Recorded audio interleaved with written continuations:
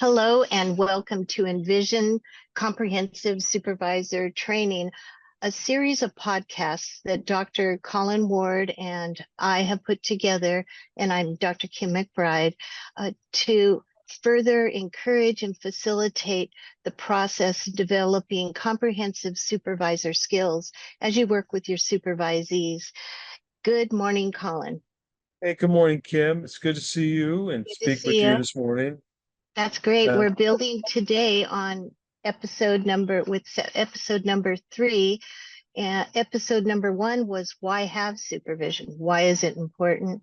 And then we went episode 2, the intentional supervisor benchmarks of supervision. And 3, we have take it away. so today we're going to talk a little bit about building resilient narratives and supervision. It's a four-part series on the 4 C's that we believe to be consistent with developing resilience, community, culture, connection. And today we're going to talk about capacity and a little bit about kind of how we got here a bit. So, how's that sound, Kim? Sounds great. And for our listeners, if you would like to have a little more background on this series, you can go to envisioncounseling.net/podcast/. So, Colin, you will be amazed. We have done our supervision and supervisor training. I counted almost 40 times in the last, 8 years. You're kidding. It only Yeah. feels like 20. I mean, it's 40, but it only feels like 20. So that So sounds great. Yeah.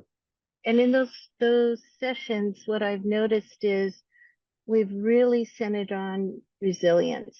And I'd like to talk about that a little bit. Colin, how would you discern resilience as different in definition than if we look at parenting resilience? And maybe it's not parenting resilience, working with adolescents. In the context of supervision, how would you define resilience? The general idea of supervision hasn't changed much. It's the idea that when exposed to adverse situations, that we find a way to bounce back.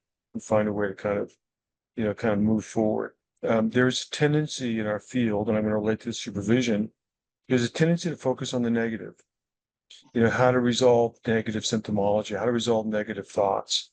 If we're not careful, both the counselor and the client will often come in with, and the supervisee will come in with stories that can be a bit deficit related to being better, somehow being more skilled, more confident, more at ease. And if we're not careful as supervisor, our questions will encourage a negative conversation. And what that does is it begins this kind of implicit agreement that all we're going to talk about is a reduction of something rather than the increase or the bouncing back of something else. So, Jeff, how does that sit with you, Kim? Boy, yes, moving it supervision to that context is so important because really we are just gosh, at first I said thought of burden, but that's not it. But we are held accountable as supervisors to first and foremost protect the welfare of our clients, right? Yep. Promote supervisor growth and development. Then we're held to monitoring, which is where I think this reducing a negative comes in pretty strong. It can, and if all we're focused on is kind of supplementing something negative with something else, then there's a tendency to see our supervisees, and quite honestly, the parallel process of our clients is broken. It's somehow incomplete.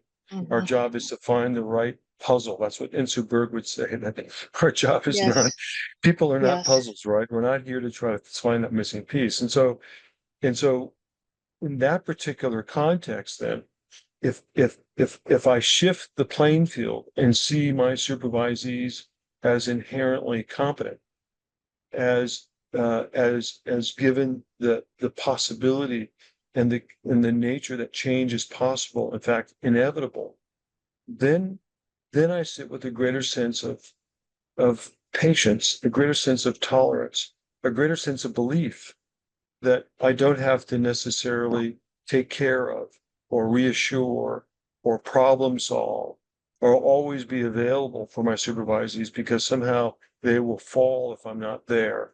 It's kind of a helicopter parent perspective. It's benevolent because I don't want them to feel pain. But in the context of resilience, it only happens from a place of pain. I mean, if you think about your most powerful wisdoms you've gained over life, my guess is of the 5 you share with me, 4 will involve maybe your most painful moments in life that I've Yes. gathered something. Does that make sense? Mm-hmm. Mm-hmm. And, really it comes down to, yes, we have to promote the supervisees' growth and development. Yes, we have to protect. Yet, yes, we have to monitor their development along the way, assess and give feedback. But fourth of all, we are held to facilitate their capacity, my supervisee's capacity to Yes. self-supervise and obtain all Yes. their professional goals. So Yes. then the question Yes. becomes how best to initiate and facilitate that process. Yes. And so the first step is not to somehow create more resilient supervisees. The first step is for supervisors to begin to take a resilient stance. Mm-hmm. And I have a story I'd like to read, if that's all right, from our latest book on resilience center counseling. It feels a little weird to read my own story, but it might provide a context as we move forward. Um, Yes, would I that be? would absolutely. I'd love to hear that. And that book is your book with who are the other authors? Not me. You said our book, but who are Uh, the other authors? William Heusler and Catherine Fort. Mm, We wrote a book called Resilience Center Counseling: Liberating Approaches to Change, and it is a way of beginning to look at resilience. And we'll talk more about it from a much more non-Western perspective. mm, We've had a tendency to move toward seeing resilience and this kind of idea that if people had more grit, if they had more self-determination, if they had more autonomy or internal motivation.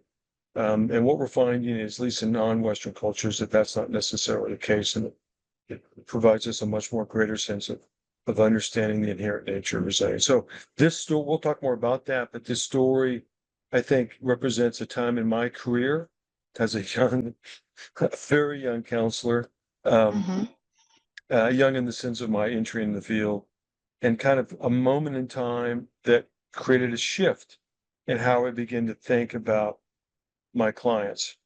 And it forced me to kind of reconsider the ways that I was paying attention and listening and holding space. And we all have those. That's And great. Kim, maybe you can talk about at some point.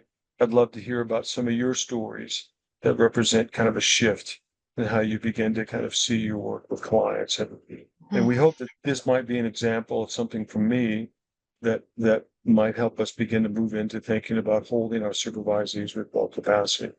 Any thoughts on Mm-hmm. that, Kim, before I jump into it? I think this is great because the experience that I'm recalling right now is when my supervisor saw in me and helped me to facilitate in myself that self-supervising capacity. So yeah, take it away. They had belief in you. Yes, Yes. very clearly he Yeah. did when I was questioning it. Yes. My And go ahead. I'm sorry. Go ahead. well, and his holding the power differential, especially as a new supervisee coming straight out of grad school, supervisors hold the power differential. So he really could have taken it either way when I got anxious. He could have tried to talk me out of it. He could have tried to soothe my emotional states. He could have reduced some of my responsibilities because I just needed to build to get to that point, but he didn't. So you take away with yours and I I'll love speak that. to that. It's a great piece of someone saying, I believe that you already have the agency for change. You don't need Yes, me to do that for you, yes, which is why yes, empowerment is kind of a myth. We don't really yes. empower anybody, right?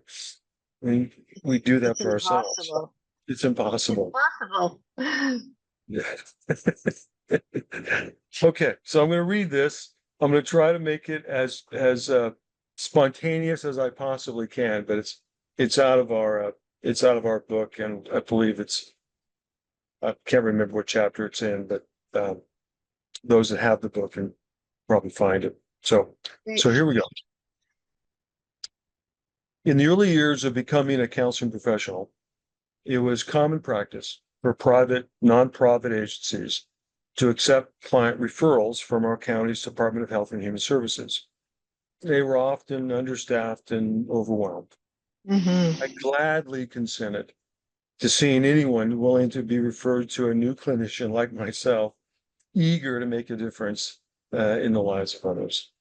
As such, I began working with a mother whose parental rights of her 6-year-old daughter had been terminated Mhm. due to a long history of drug use and repeated patterns of child neglect. As I opened her clinical file, and those days I sent them over by mail, right, from the county to our first meeting, it was thick with stories of generational trauma, poverty, and addiction. They described the client as chronically non-compliant, and that given her history, the prognosis of obtaining any level of parenting rights was poor and likely beyond their capacity to achieve. After our first few sessions, I was in complete agreement.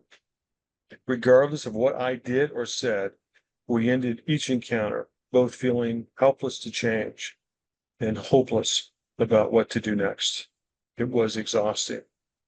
And although I genuinely liked the client, I was discouraged and wondered quietly if I had what it took to be a counseling professional.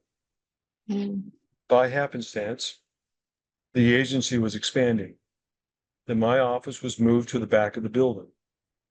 As such, I now escorted folks through a maze of hallways. It was during one of these winding walks that I just casually asked this client how they were able to arrive at the agency in such a timely manner. In our 6 or so sessions together, she had never been late nor missed an appointment. She quietly explained how she left the halfway house at 9 a.m. to catch the 9:15 bus to the transfer station, where she boarded another bus at 10 a.m. that arrived in time for her to walk the half mile to our agency. This allowed 5 minutes of breathing room prior to our counseling session, which always began promptly at 11 a.m. I was astonished and speechless, and we walked in silence. Whereupon, entering my office, I conjured up a tentative question related to what motivated her to travel 2 hours up and back for a 1-hour appointment once a week. She quickly identified 2 reasons. 1, a stepfather that was briefly in her life and someone she admired and trusted, considered timeliness an expression of trust to others. Being punctual was her way of showing respect to me, as well as honoring the one adult in her life provided safety and support. It was, in essence, a remembering of something good in their life she wished to keep alive. 2, she articulated that overcoming this hardship was the price that needed to be paid to have time with her child. The struggle of her recovery and coming to terms with all that had been lost over the years reflected her devotion as a mother. Regardless of how others may have given up on her, she was unwilling to give up on being a parent to her daughter. She said this with unfaltering determination, and for the first time, I listened. I listened to who she was, defined not by the multitude of problems present in her life, but as someone who is respectful, tenacious, and devoted. I listened to how she was perfectly capable of guiding and directing her own life. And by listening in this way, in each subsequent session, we both changed. I began to resist the pull of rescue, soothing, or providing benevolent suggestions as I was trained, as this only perpetuated the idea that she and others were broken, fragmented, and incapable.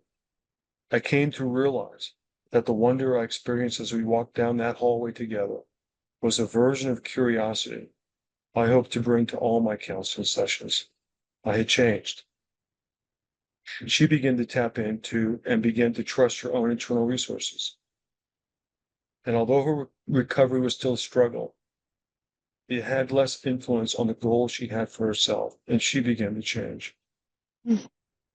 During our time together, she acquired visitation with her daughter, and I had the unique opportunity to witness not only the person she was, but also the person whom she was motivated to become. Wow. Colin, the first thing that comes to my mind is how did you communicate this new understanding or this new seeing to your supervisor? I began to staff my cases differently. In Mm. those days, there was behaviorism was a strong emphasis. Hmm. Empiricism was a big emphasis in our field. Yes, And so all scientific goals, method. yeah, scientific, the whole goals were measurable and actionable and had a time frame on it. And we still, I'm not saying that's not important. What I'm saying is it can distract us from who people are. We get so focused on what people are doing that the emphasis then is on that I need to be doing something. And now we're both measuring ourselves by what we're not accomplishing, which is what we're not doing, rather than listening to who people are becoming. I thought the motivational interviewing folks, Miller and Rolnick, did some nice work on thinking about the idea of change.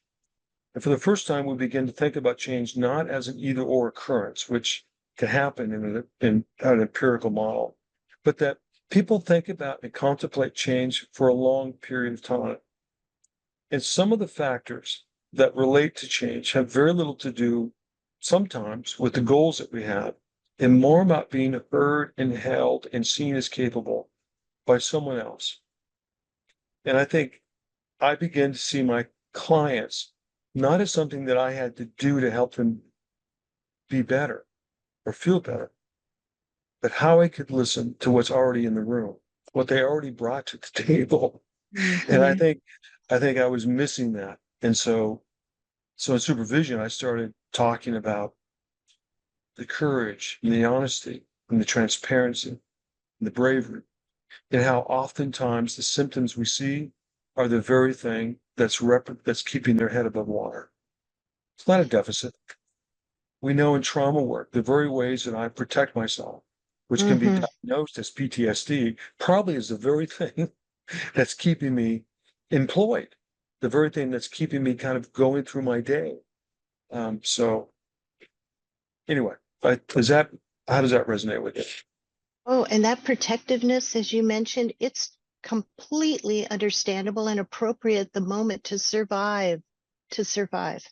Yes. And now the question is how the individual moves from surviving, which they've mastered, to thriving, which is a Yes. whole different concept. Yes. Yes. And so as supervisees come in, feeling like I did, hopeless, unsure, not confident, anxious about what to do, um, resisting that pull to rescue, to provide suggestions, to work in proxy with their clients, as if they just Hmm. do what I would do, they would feel better. This is not about helping our supervisees feel better, but to feel stronger, to tap into the very thing that in some ways they're not being acknowledged by, in the same way that they're not seeing their clients in the same way. By providing resilient narratives and supervision, you can increase the chance that your supervisees will begin to see that in clients. And in our perspective, that is a much more powerful way, I believe, a much more impactful way of holding space with others. Oh, and certainly supervisees come to me often, and I know they come to you often and say, I have really worked and been intentional about addressing what's been brought into the room, but they don't see it. And what I heard, the client doesn't see it. And what I heard you say is there are methods of using curiosity, um, observational statements and that type of thing to help the client utilize that whist thinking inside of them. What if, suppose that, given what I have overcome or the roadblocks I've broken through in the past, how can I transfer those strategies when when clients start seeing it that way and supervisees start facilitating their process to see it that way, the momentum is clear. It's clear. Yes, yes. If you look at some of Frankel's work about meaningful dialogue, it was never about changing the event or changing the narrative of the event. It was about coming to terms with it in such a way that I can take something else with it. Right? If I ask you, what are you learning about yourself in this struggle? What is this suffering hoping to teach you? What do you think is trying to teach you about the kind of person that you want to become? What is this client teaching you in your own confusion that might be helpful moving forward? It is about beginning to create some meaning around suffering or pain or ambiguity or uncertainty in such a way that allows us to hold it without being judgmental on ourselves or about being judgmental on our clients, right? It's very easy to blame our clients. They're resistant. They're in denial. They're not capable. So the very thing I read in that file all those years ago, right? We're not looking at our own ability to hold space in such a way that allows the other parts of the person to be seen. That file communicated what I took from it. The implication made and the inference I drew was not only is this client bring a lifetime of failure, they are resistant to positive change. And that you just demonstrated they weren't. It was the very opposite. It was the very opposite. So that brings to mind for me the definitions of supervision, because doesn't it really start with starting to shift one's paradigm about a definition about supervision? The old definition really stipulates specific reductionary goals for a supervisee assessment and monitoring. But the revised definition is very different. And so if we look at the historical definition, the clinical supervision is an intervention that is provided by a senior member of the profession to a junior member. That it already denotes I'm here, you're there. Where is the opportunity for an egalitarian platform of strengths, resiliencies, and that sort of thing?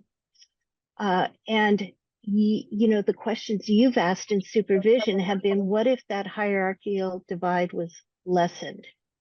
And I will suggest to you, what if that egalitarian perspective was increased? What if the supervisees are seen as capable partners? What if there's less focus on reducing anxiety, which is reducing, we're even asking the question by reducing a negative, right? And there's a greater emphasis on tolerance or management. What if the supervisees modeled the very thing they wish from their supervisee, hence self of the supervisor? So in the new model, the revised definition that you and I have been working on, I'll let you take it from there. And I love your 4 ontological pillars underneath that. Can you go ahead and take that? Well, it is about this idea, and you brought it up in your story with your supervisor, that your supervisor allowed you to have the last word. How cool is that? I mean, if you want to shift your supervision, end all your supervision sessions with the supervisee having the last word. What do you want to take from today? What seems most impactful in our conversation today that you might want to apply? What is it that you think you might continue to resonate and think about as you move forward? What's one thing or you might continue to question that you might want to bring in next week to our supervision? And then we hand that over, we process it, and we resist the temptation to add to it. Because it's not our journey. It's theirs, and you're helping them. Does that make sense, Kim? As you spoke, I thought not only did my supervisor, quote unquote, allow me to have the last word, he expected me to. He He knew expected you to I have could. And he Yeah. and he was suggesting to me, as you say, put it in the room that I could. And then our new definition of supervision makes it a whole different ball game. It makes supervision a whole different ball game, and how you manage the supervisory relationship. That the definition that you and I have been working on is that collaborative relationship where supervisor and supervisee work in solidarity. Boy, does that create an egalitarian platform to the Yes. benefit Yes. and the welfare of clients, utilizing the expertise and personhood of the supervisor while resourcing the fields of counseling and therapy and supervision to guide the ethical practice of supervisees. So the four ontological pillars, or the four goalposts that you are pulling on, that I'm pulling on, are collaboration. Am I creating a collaborative environment? Do I see my supervisee as the expert? If I'm not, how do I have to think differently to make that happen?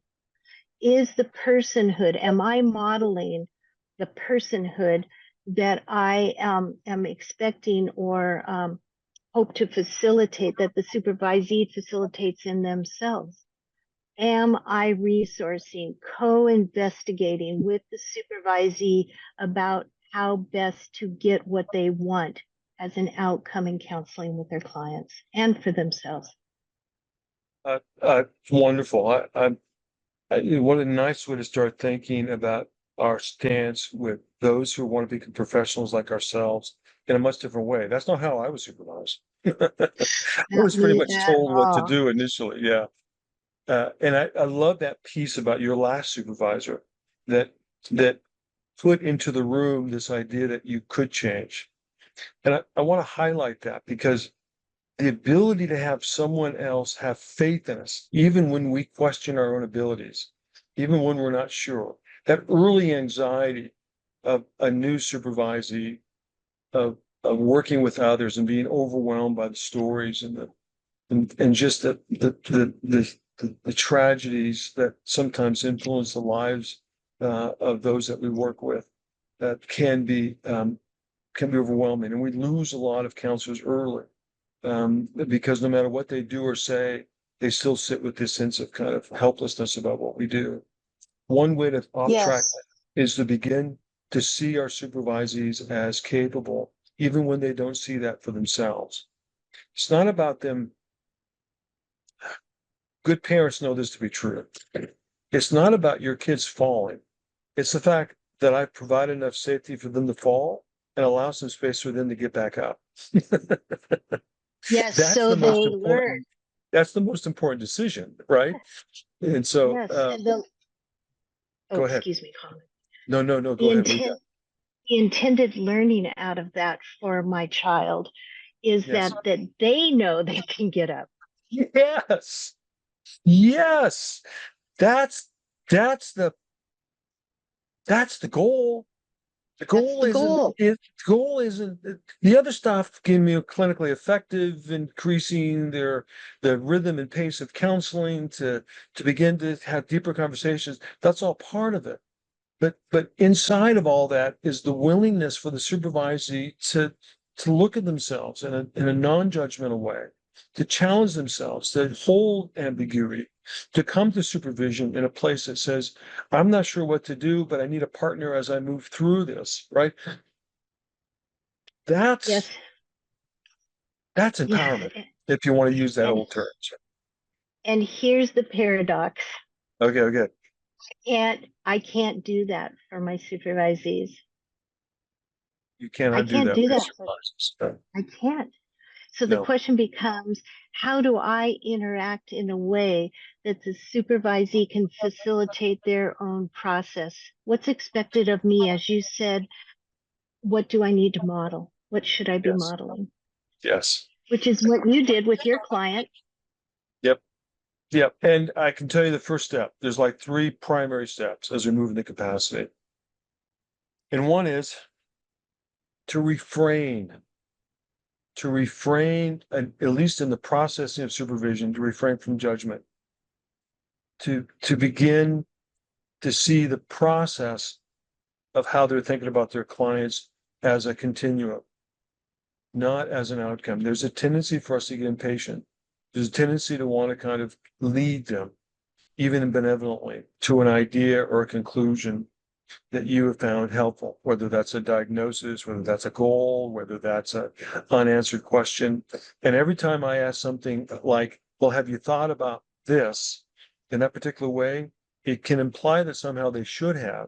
And it just creates this kind of, again, it's the slippery slope of negative bias, right? We can go down that way. There's One no right rather than I answer. wonder how we can work together to figure out what else we haven't asked. Right. That's a different way of communicating. Kim, go ahead. Yes, there's no right answer to that question. Well, have Yes. you thought about, like, kind of then the supervisee has that deer in the headlight look, and then they go into the trance like, I'm not sure. That's the Yeah. only answer. I'm not Yeah. sure. Yeah. Right. And it's not helpful. I can't grasp onto something of more of doing what not to do. Right. It Yes, just kind of increases it's the same paradox yes, that we get yes, into when we're overwhelmed and stressed. Right. All we can think yes, about is the absence of it. And the more I think yes. about the absence of something, the more it takes over our lives. I mean, Ooh, it's just a yeah, paradox. the brain sees in symbols and images. So the old antage, be careful what you ask for, there's a real neurological explanation for how that question can not work in an individual's best interest. When I put out what I don't want to be judgmental. I don't want to see the client as an outcome. If I put that out, I'm going to move towards that. But if I use the one word I have learned I was trained from a Pierre Bowen individual, and he continuously stressed to me, I don't know, that's curious, isn't it? Be curious, Kim. That's the key for me. When I want to refrain from being judgmental, move to curiosity. If I find Yes. myself being critical, move to Yes. curiosity, or Yes. maybe a little anxious.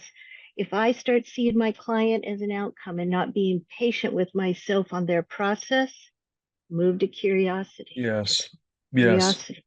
Yeah. And if you're being a little, and if you feel like you're getting a little annoyed with supervisees or frustrated Mm-hmm. with their lack of progress, Mm-hmm. probably what you're not doing as much as you could be doing is accepting for where they're at rather than where they aren't at. You have an Yes. expectation. I mean, that's what worry is. Worry is about something that hasn't happened yet, but I think it might happen. And so I keep myself in the future. Regret is something that's happened in the past and I want to be different. Right. Both are dysregulating. It's the same thing with our supervisees. If I keep evaluating them based on where they aren't at rather than where they're at, all you're going to do is notice that. That's all you're going to see, as Kim talked about. So the Yeah. ability to kind of hold space and really appreciate and accept where the supervisee is at, knowing that they have the capacity to grow, not judge them for the fact that they haven't, is critical. That's Mm-hmm. job number one. And each moment that I'm assisting those I work with to learn more about themselves in the context of their lives, I'm doing the same for me. Well, open that Broadway up. Make that conversation available in supervision, right? That might teach you a bit about the kind of person they want to be more in service to, the kind of values, maybe some of the ways that's holding them back from change. Oftentimes, supervisees are so fearful of making things worse, which comes from a place of benevolent care, that they're not able they feel frozen. Well, Mm-hmm. wouldn't it be nice if they knew that you knew that? That it was not something of a deficit or something wrong with them. It comes from this deep empathic place of not wanting people to suffer in front of them. And Uh, as a supervisor, and this, and our listeners know this as supervisors, taking a curious position and bringing in what's in the room and addressing it, all those areas, resourcing resilience, right? It sounds easy when we talk about it, you and I hear. I mean, that's the story I'm telling myself, that it sounds easy. In in reality, when I am balancing that curiosity with my ethical and legal mandate, to assess their client's welfare. Are things going well? And if I have to address a legal or an ethical issue with a supervisee, boy, now holding a curious position in such a way I still fulfill that legal and ethical mandate, that's an interesting dilemma. And we can do both. Yes. You can evaluate and be collaborative. Yes. You can intervene and still allow the voice of your supervisee to have a place. I think the reason I posed that situation of holding curiosity and juxtapositioning it with legal and ethical mandates is because I was never taught how to do that. I don't know if you were in your supervisor training. I was trained to immediately deal with the situation before it gets worse, start mitigating any other factors that could increase. Listen to the language, mitigating the factors that could make the problem worse, right? Yeah. I didn't co-investigate with the supervisee. I do that now. I didn't see them as the expert in their own position as a clinician and a supervisee. I take that position now, but that's not the way I was trained. And I think that's the difference in the supervisor training that you and I offer. It's different. I do. I mean, I know we're getting close to the end here, and so, but maybe part of what we're saying, that'd be interesting, your thoughts on this, is that seeing your supervisees and even your clients from a place of capacity, a strength, of inherent, an inherent movement toward wanting to become better, a desire to be kind of connected in more larger ways. I think what we're doing is respecting their humanity. Mm-hmm. And certainly the reflective questions that you and I pose, if I look at the questions for capacity, what have I learned about the most challenging, what I perceive to be the most challenging, difficult times in supervision? What have I learned? Well, here's what I've learned. It does not work to take advantage of the hierarchical aspect of it, to hold the power differential and somehow impose it as I have to do this because legally you need to be doing this, ethically you need. It just doesn't work. What does work is, as you said, do both. Hold those and context it in curiosity. That worked for me. And in that way, we end this podcast with those thoughts and hope that you will have the last word on your own capacity to change. What do you bring to the table? What have you learned from adverse situations in your life?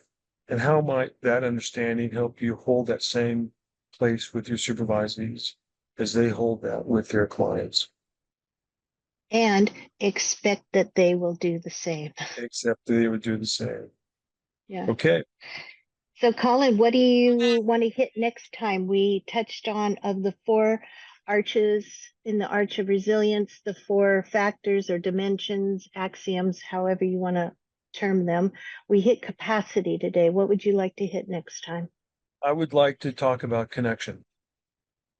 That resilience, in fact, only occurs in the context of caring relationships. It does not occur in isolation. It is not an individual on a mountaintop by themselves, kind of looking off in the horizon. Yep. It is that we grow best in a grove, and supervision can be that kind of container. We believe. Yes, and sustaining that viewpoint or that worldview about supervision gives me energy. The other worldview leads to burnout for me and dissatisfaction. Yes. And an overwhelming sense of responsibility. Yeah. Inappropriate responsibility. Yeah. So that's what we're doing next time. Till then, Super. keep doing what you're doing, and we believe in you. And as Red Green said, in the Midwest, we are in this thing together. So And remember, listeners, if you're interested in studying more in this and reviewing it more, look at Envision Counseling's professionals site, and you can see when our next Colin and my next coming up courses are. We have Great. 2 in October. great job, Kim. Thanks. Always good to talk with you. Thanks. Good to see you, Colin. Okay, bye. Bye.